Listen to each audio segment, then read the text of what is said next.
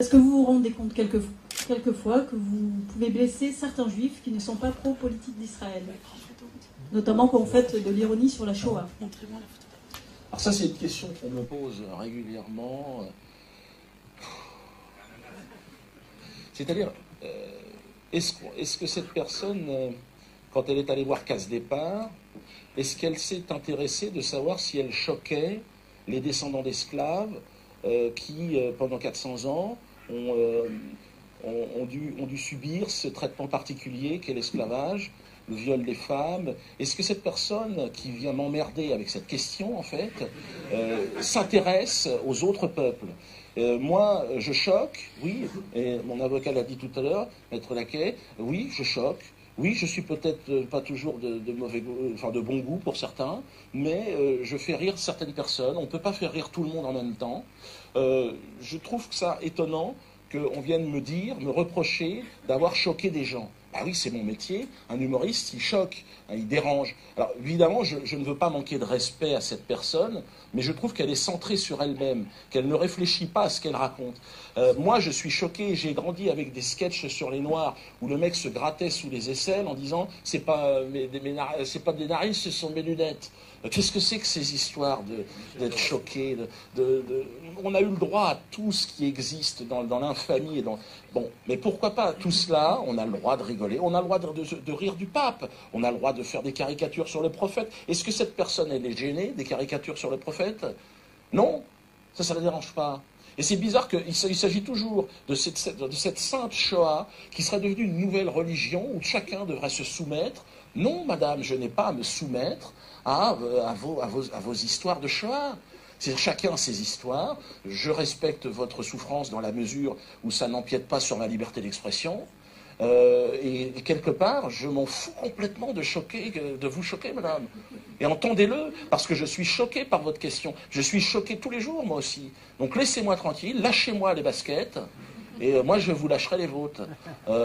Mais a priori, je ne vous connais pas en plus. Si vous êtes choqué, cette grande question de toujours, mais vous êtes antisémite, ce chantage à l'antisémitisme, j'y réponds maintenant de manière très claire, je ne suis pas antisémite et je ne suis pas juif. Ce sont deux croyances qui ne m'intéressent pas. Je suis dans l'extrême distance par rapport à cette problématique. Voilà. Pour moi, il n'y a pas de juifs, il y a des gens sur cette planète qui vont faire comme ils peuvent pour survivre dans cette jungle. Et alors, on essaye de se regrouper autour de valeurs qui sont des valeurs républicaines, une sorte de justice, mais les valeurs communautaires ne me concernent pas. Je suis un anticommunautariste. Voilà.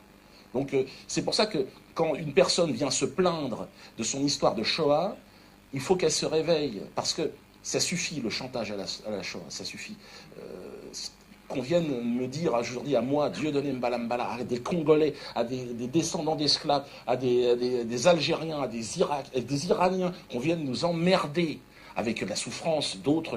Non, gérons notre souffrance et dans le silence, dans la dignité, arrêtons de faire du business avec, comme le font les Israéliens, arrêtons de culpabiliser les gens, le monde, et essayons de vivre en bonne intelligence, tous ensemble.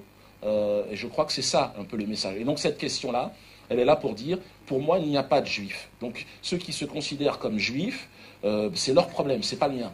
C'est pas le mien. Donc ils n'ont pas à m'emmerder avec leurs problèmes. S'ils ont des problèmes, ben, c'est le leur. Bon, juif, c'est une croyance au départ. Alors maintenant, certains prétendent que c'est un peuple, c'est une race. Bon, j'ai un juif qui me disait, mais je suis juif comme tu es noir. Oh merde, qu'est-ce que c'est que cette histoire? Ça fera l'objet peut-être de la prochaine conférence. Voilà, on pourra en discuter. Voilà. En tout cas, voilà.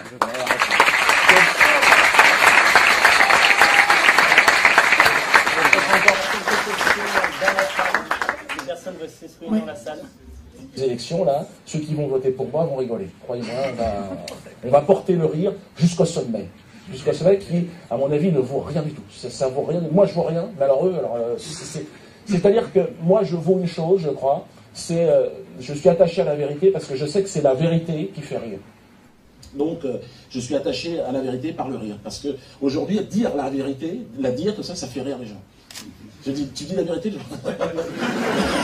C'est la vérité, crétin. C'est ça. C'est terrible ce que je suis en train de dire, mais nous sommes complètement cons. C'est-à-dire que nous sommes devenus complètement stupides. Et le fait même de voir la vérité en face, de voir les choses normalement, ça nous fait, on n'y croit pas. On se dit c'est impossible. Et donc il faut que ça soit un humoriste, dans un premier temps, qui déblaye un peu le terrain. Puis après, je sais pas,